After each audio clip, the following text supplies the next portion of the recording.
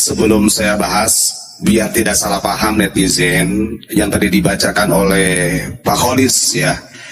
Jadi itu ceritanya ada Gus Jazuli ketika live, kemudian ada Bocil, Habib Bocil, anaknya Habib Hani loh, yang dianggap wali sama orang itu loh.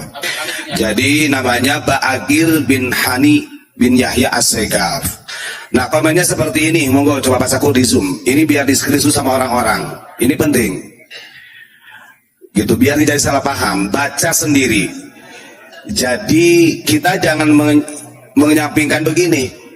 Ketika kita membahas mereka kemudian kamu marah, sementara mereka sampai mengatakan seperti ini, bahkan ratusan tahun mereka itu sampai menghina ulama-ulama kita. Nah justru itu Bocil, ini saya punya fotonya nih.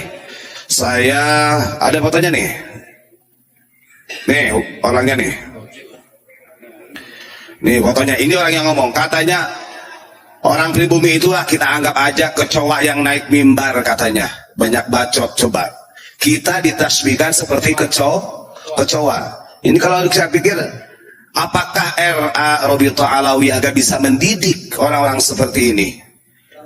Ini kan terang-terangan. Apalagi kalau kita buka yang lain-lainnya banyak begitu loh ya. Coba diperhatikan. Orang ini nih, anaknya Habib Hani. Habib Hani ini adalah salah satu muridnya Habib Lutfi yang dijadikan delegasi keliling untuk mencari kuburan oleh Habib Lutfi. Loh, ini fakta. Dia sendiri di Cilongok mengatakan demikian. Habib Hani itu mengatakan, saya ini ditugaskan oleh Habib Lutfi untuk mencari kuburan-kuburan yang keramat katanya begitu. Yang kemudian nanti dialawikan, itu salah satu delegasinya gitu kan. Nah yang ngomong tadi ini adalah Bagir, ini adalah anaknya. Pribumi itu kita anggap aja sebagai kecoa naik mimbar dikasih makan banyak bacot. Nah kan, coba sudah mah ada yang nyebut ulama celeng, ulama tae, ulama ayam ke kita kiai. Kalau ada kiai nikah sama syarifah itu bukan kiai, namanya kiai tae, kiai ayam itu ada. Sirehan tuh, Sirehan Al-Qadri itu banyak loh. Nah ini kita ini ingin memahamkan kepada umat bahwa orang-orang seperti mereka, sekalipun dia itu mengatasnamakan diri dulu ya Rasulullah, justru ini akan menyesatkan umat, membahayakan umat. Baru aja kita senggol, kita kritik mereka, ini ada yang kepanasan, kan begitu ya. Sementara ratusan tahun Indonesia ini dijajah, diperbudak, didoktrin dengan rasisnya mereka, dengan klaim-klaim mereka yang merasa dirinya lebih mulia. Ini diam saja, kan begitu. Ini ironis gitu. Tapi saya pada malam hari ini ingin melanjutkan tema yang kemarin tentang al-kafa'ah. Begitu ya, kesetaraan di dalam pernikahan. Karena kita ini mendengar langsung dari madhab-madhab baru yang dikeluarkan oleh oknum-oknum habaib yang mengatakan kalau ada syarifah dinikahi orang yang selain Sayyid Syarif Habib, maka nikahnya tidak sah, dihukumi zina. Kan begitu, ini kan madhab baru. Ini mengalahkan ijtihadnya Imam Syafi'i, Imam Maliki, Imam Hambali, Imam Hanafi ini. Begitu, bahkan sampai kalau ada yang terlanjur nikah itu harus diceraikan, sampai dipaksa kayak gitu. Masya Allah. Nah ini doktrin rasisnya mereka.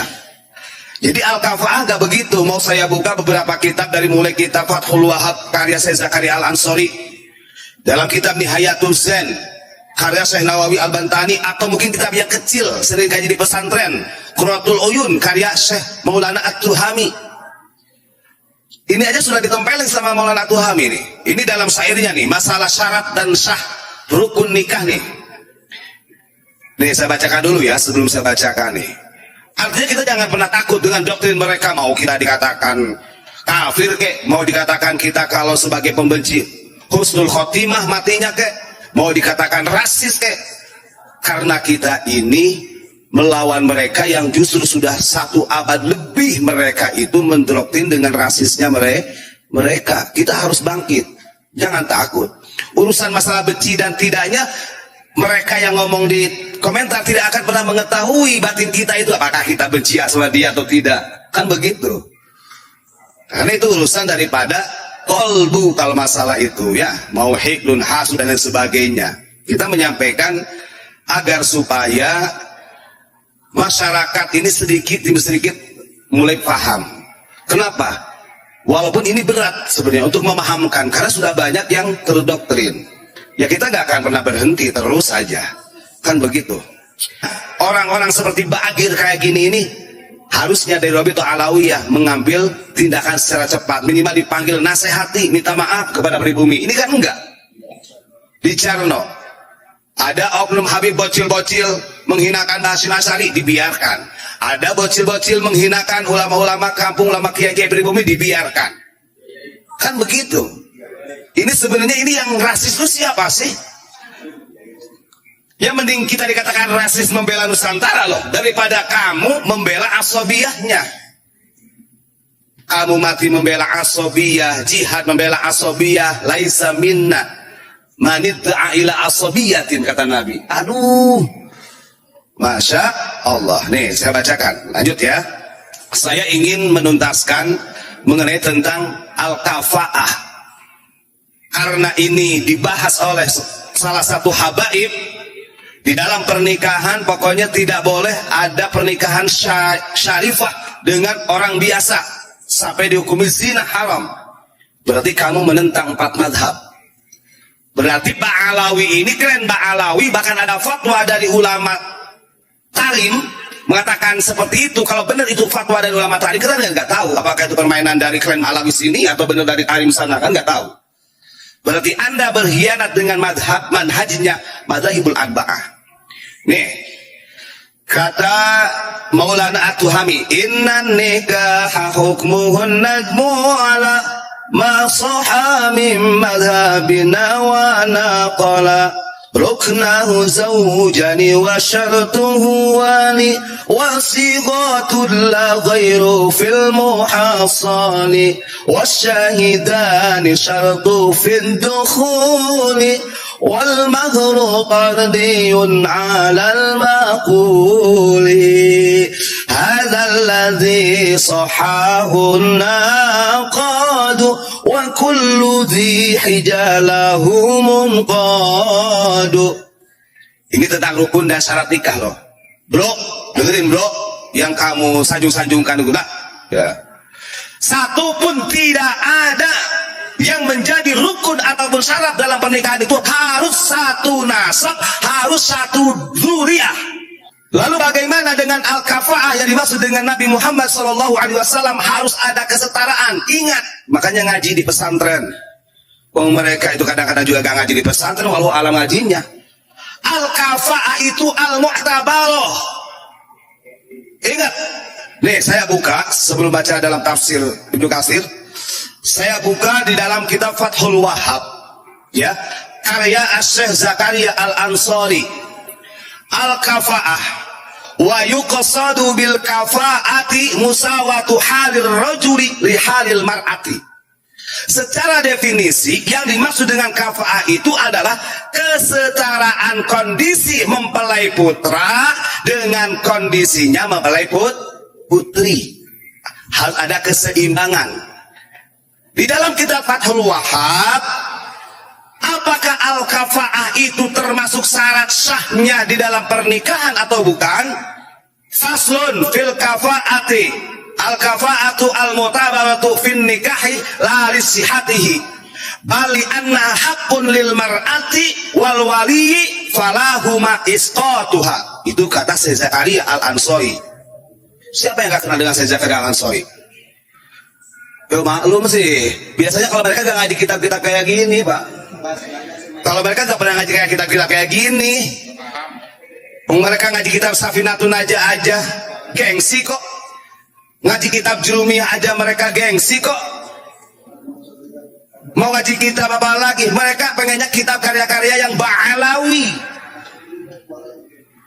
Kan begitu. Mau baca kitab-kitab karya ulama kita apalagi? bahwa ulama kita itu dianggap kecoa kok. Ulama kita itu ada juga dianggap seperti celengan semar kok. Ya makanya pemahamannya ini justru sangat menyalahi daripada madzhabul arba'ah. Dengerin. Kata Syekh Zakaria Al-Ansari di dalam kitab Fathul Wahhab, al-kafa'ah, kesetaraan itu hanya bagian daripada mu'tabar. Ya, mu'tabar itu apa sih? Artinya anjuran. Ingat ya, di dalam nikah memang ada anjuran, la li sihatihi, bukan dalam syarat sahnya pernikahan. Al-kafa'ah kan begitu.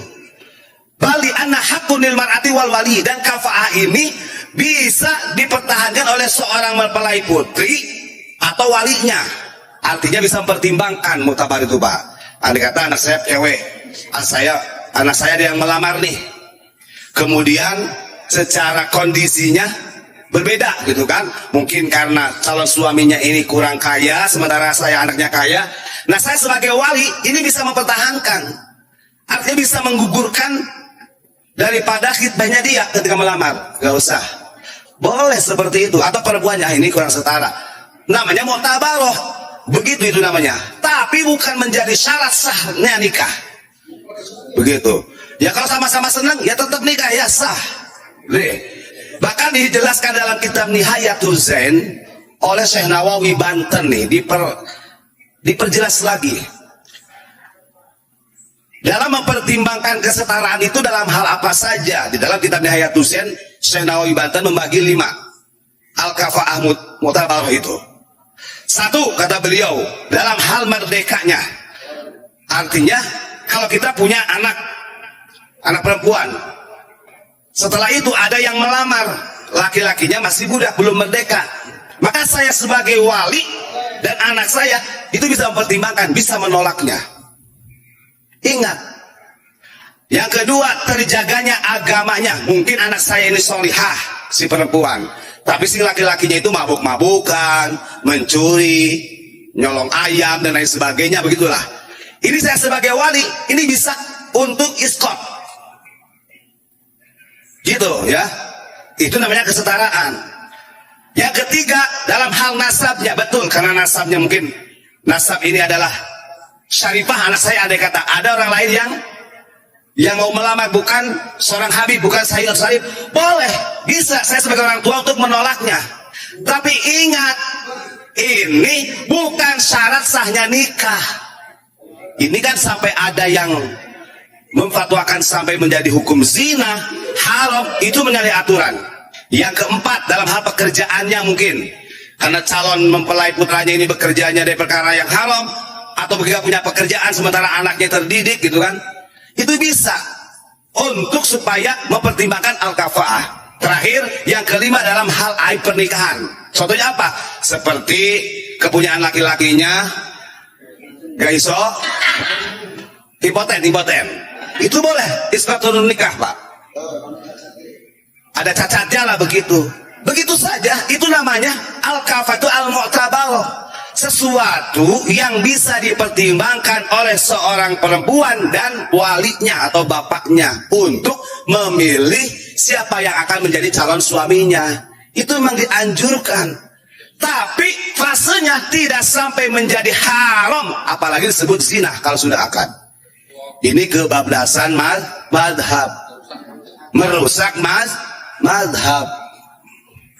Tuh, ini kalau kita buka dalam kitab Qurratul Uyun, Fathul Wahhab sama Nihayatul Zain. Ini yang hebatnya begini, saya lihat di videonya, si Rehan itu loh, si Rehan Al-Qadi itu sampai ngomongnya kan, suaranya kan kayak gitu. Nek butuh kiai, begitu.